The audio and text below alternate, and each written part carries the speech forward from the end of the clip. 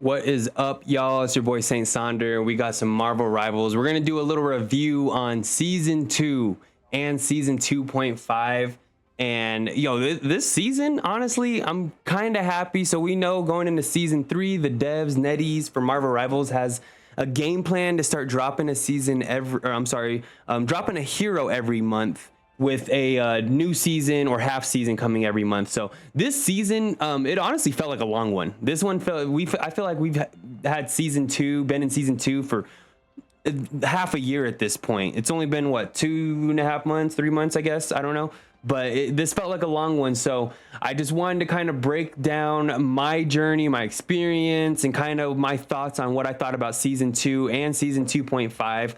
But I got it pulled up right here just to start out. So you can see your boy here. We hit Celestial, baby. We got 2 accounts. So on the PlayStation, we hit Celestial, maining Ultron. And we played a lot of different characters.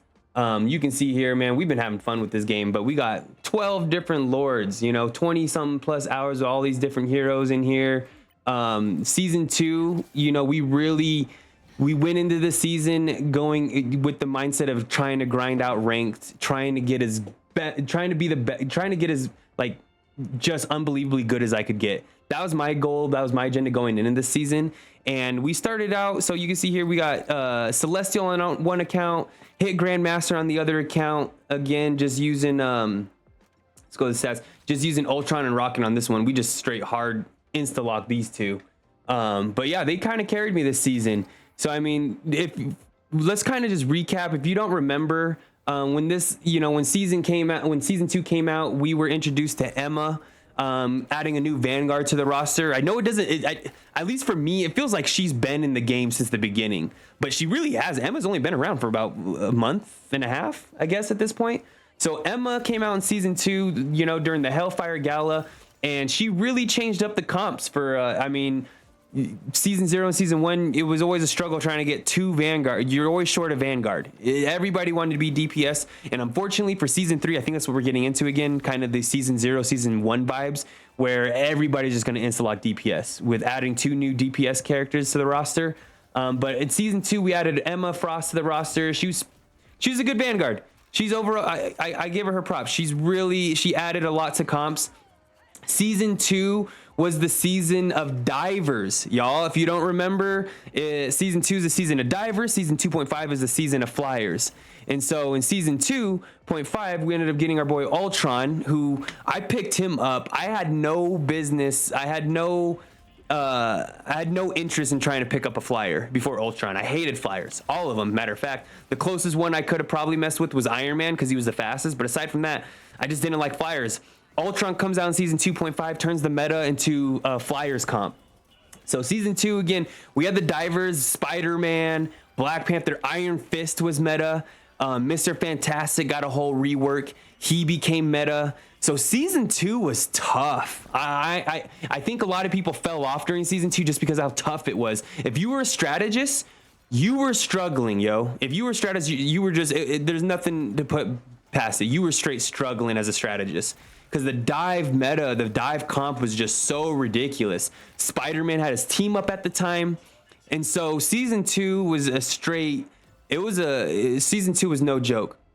Season 2.5 comes out. We get a lot of the reworks. So Spider-Man loses his team up. Who else got reworks? I think Punisher got some Iron Fist ends up getting nerfed a little bit. Hawkeye. Bro, Hawkeye's just been around since day 1, just being a problem. And then season 2.5 comes out, right? And then he gets the team up with Luna.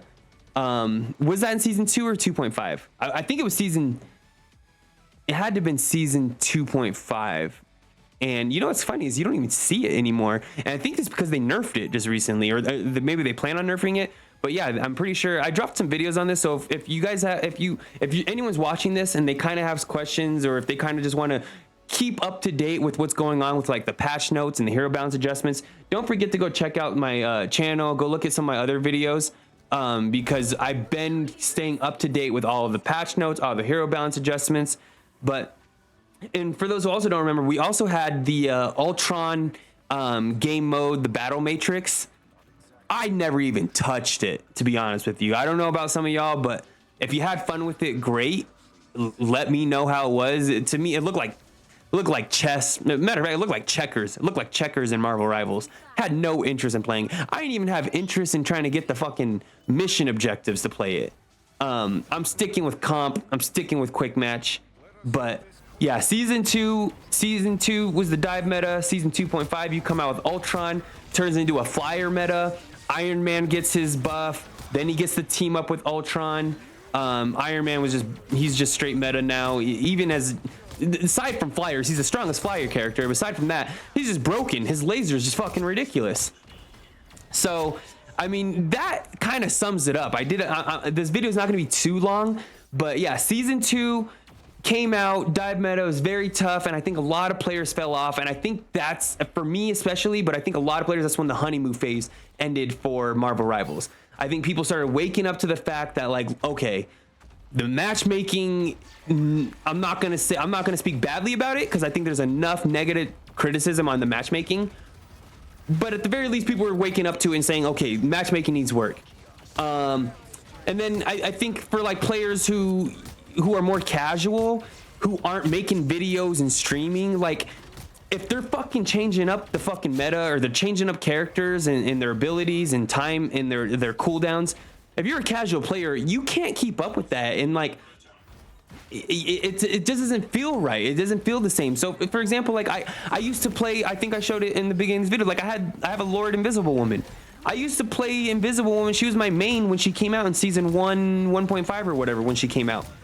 Now, if you like Invisible Woman, great. But if you played her in the beginning like I did, and you mained her, she's not the same. I do not like playing as Invisible Woman. They mess with her shield as far as how much you could throw it up. I used to spam it. You used to be able to spam Invisible Woman's shield and just throw it up. It used to be like 300 shield. Now it's like 250. So they nerfed it a little bit. They took out, so they changed her up a little bit. And I'm pretty sure her projectile at one point, again, I've dropped videos on this on hero balance adjustments, but at one point they had changed her projectile damage or output and just made it more quote unquote strategic or something like that, whatever that means. She just doesn't feel the same. So if you don't play the game daily, every single day, and you're more of a casual player, and one day it's season 2, the next day it's season 2.5, and they did a whole fucking hero balance adjustment and you're not aware, it's gonna feel different, and you're not gonna like that. And so I think what happened in season 2 is the honeymoon phase ended and people just kind of fell off. I have a lot of friends that I game with that just went back to Fortnite. Hell, I've been going back to Fortnite. I've been playing Call of Duty. You guys, if you check out the channel, don't forget, join the Discord, you'll see I play other games. But I kind of fell off a little bit. I will say I hit Grandmaster early though. So this is only speaking for myself. I hit Grandmaster early in season 2. So as soon as that happened, I kind of, my drive for the game, my intention for it went up. My goal was to hit Grandmaster. That's my goal every season so far, and that I might continue that trend. Reach for Grandmaster and then kind of have some fun and fuck around from there. Work on the grind. The grind is, if you play competitive, you know, it's a fucking grind, like no joke. So I hit Grandmaster early. So as soon as I hit Grandmaster, I was like, all right, I'm chilling. I had no ambition to hit Celestial. And I was like, you know what? I'm going to just Lord farm. And if you haven't been checking out the streams, you can see we Lorded 8 characters, 9 characters in season 2.5. So that happens. I Lorded easy, I hit Grandmaster early, very early. So I was kind of on cruise control. I got 2 accounts. So then I told myself at the very end of season 2, like, hey, you know what? Let's see if I can hit Grandmaster in 10 days on my PC. Couldn't do it. From bronze to Grandmaster in 10 days, I couldn't do it. Couldn't do it. I don't know how these other streamers are doing that shit where they're fucking hitting Celestial in 4 hours or some bullshit. I don't know. I don't know if that's real. I don't know if they're actually doing that in real time live. Maybe it's for clout. I don't know. But that shit does happen. And so that shit happens. And so for me, I couldn't get it to, so season 2.5 comes out, Ultron hits the stage. I pick him up. Ultron, I don't care what anybody says. A lot of these people are ragging on Ultron. A lot of these other streamers, I see Flats making videos and people saying he doesn't know if heals. Look, and this is the same thing with Rocket. If you just don't know how to, every character has their pros and cons.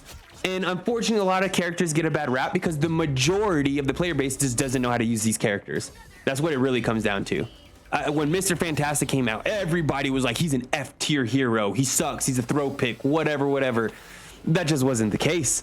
I play with players on a regular who are hard carrying with Mr. Fantastic, and that was pre-buff. And so I learned early on, it was just a matter of how you were using him. It was just a matter of how you were using the guy. And so same thing with Rocket. Dude, I used to get it when I picked Rocket. People try to ban me. People would throw when I chose Rocket. And I just learned how to play around it. And then Rocket gets a whole rework. And I've been saying Ultron's probably going to get a rework because people complain about him. And sure enough, season 3 coming out, they released the patch notes. He's getting a little bit of adjustment. Nothing huge. They nerfed his mobility. They had mentioned nerfing his damage, but it wasn't in the patch notes. And so we'll see. I'm confident I can probably play around it. It wasn't huge that it's going to affect my gameplay that much. I think you can play around it, but still a nuisance like they did to Rocket. They nerfed Rocket, and if you were a day one Rocket main, you know, like a good Rocket was just different. It was just different. Now I can still get away with not dying as Rocket. So like I said, you just kind of learn and play around it.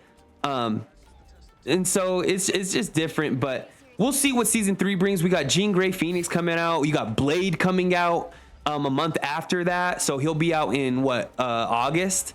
So we'll see how it changes up. I'm getting, you're kind of seeing the rework now. I've dropped a video on it with like the Thing, he becoming just a straight hard counter to flyers.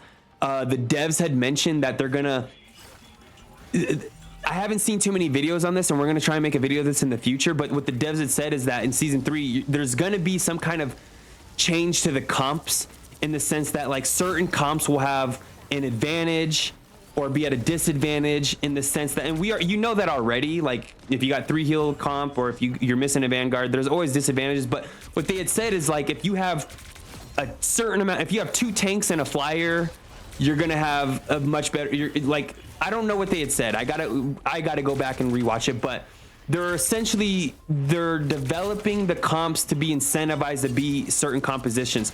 So they're making this season to where you not have to, but where you're incentivized to have a flyer on your team. You're incentivized to have certain tanks on your team. You're incentivized to have certain DPS on your team. So they're trying to balance out the comps so they're more balanced. Where I think what it looks like to me is they're changing the incentives to the composition. So now, like for example, like I learned being Ultron, like when I was picking Ultron, especially in the beginning, people hated him. Now that I'm a Lord, and I'm just higher elo, people kind of respect it more and just don't give me pushback. But I had to play around it. Like I used to not pick Ultron because 9 times out of 10, if I had picked Ultron, people were going 3 heals comp. And 3 heals comp in season 2, season 2.5, it just is, it's wash. It doesn't help. It doesn't work, especially in the higher elo. Like I saw it a lot in Plat and part of Diamond, but once you get up in the higher ranks, it doesn't matter. Like it's not an advantage. It's actually a disadvantage if you got 3 heals. And so what I had to start doing is I'd pick Rocket.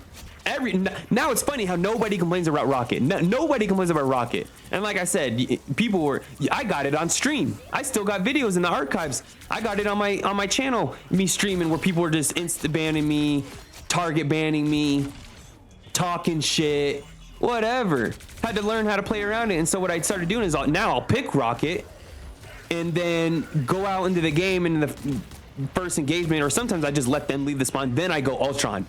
And then if we won the first engagement, which happened often, nobody said shit and nobody adjusted. And then we'd be stuck with just 2, 2, and 2, which is still the most successful comp. 2, 2, and 2. This is why I keep telling people, like, I try to stay out of the chat. If I get in the chat, I start trolling and talking shit. I tell people it's fucking math. This game comes down to math.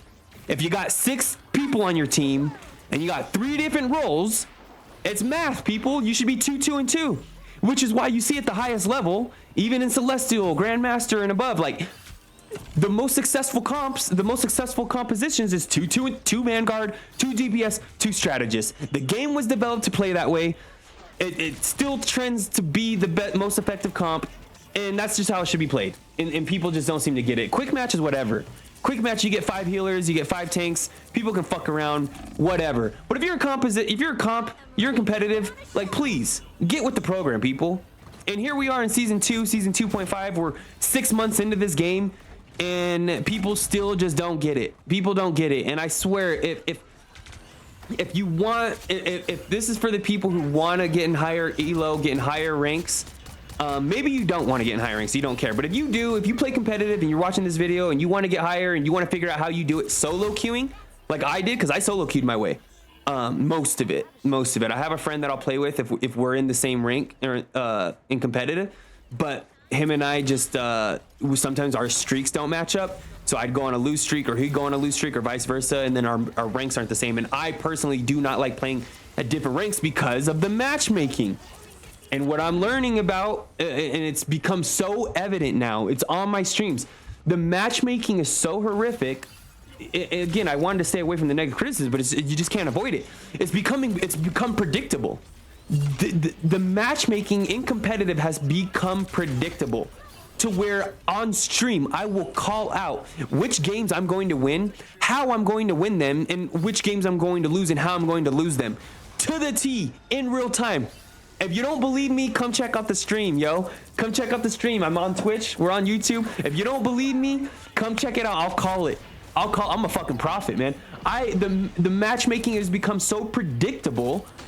So, I mean, that became so evident in season 2 and season 2.5, to where season 3, I think people are just gonna get tired of it. People are gonna get tired of it because I think we're going back to season 0 and season 1 vibes, where it's like a free for all.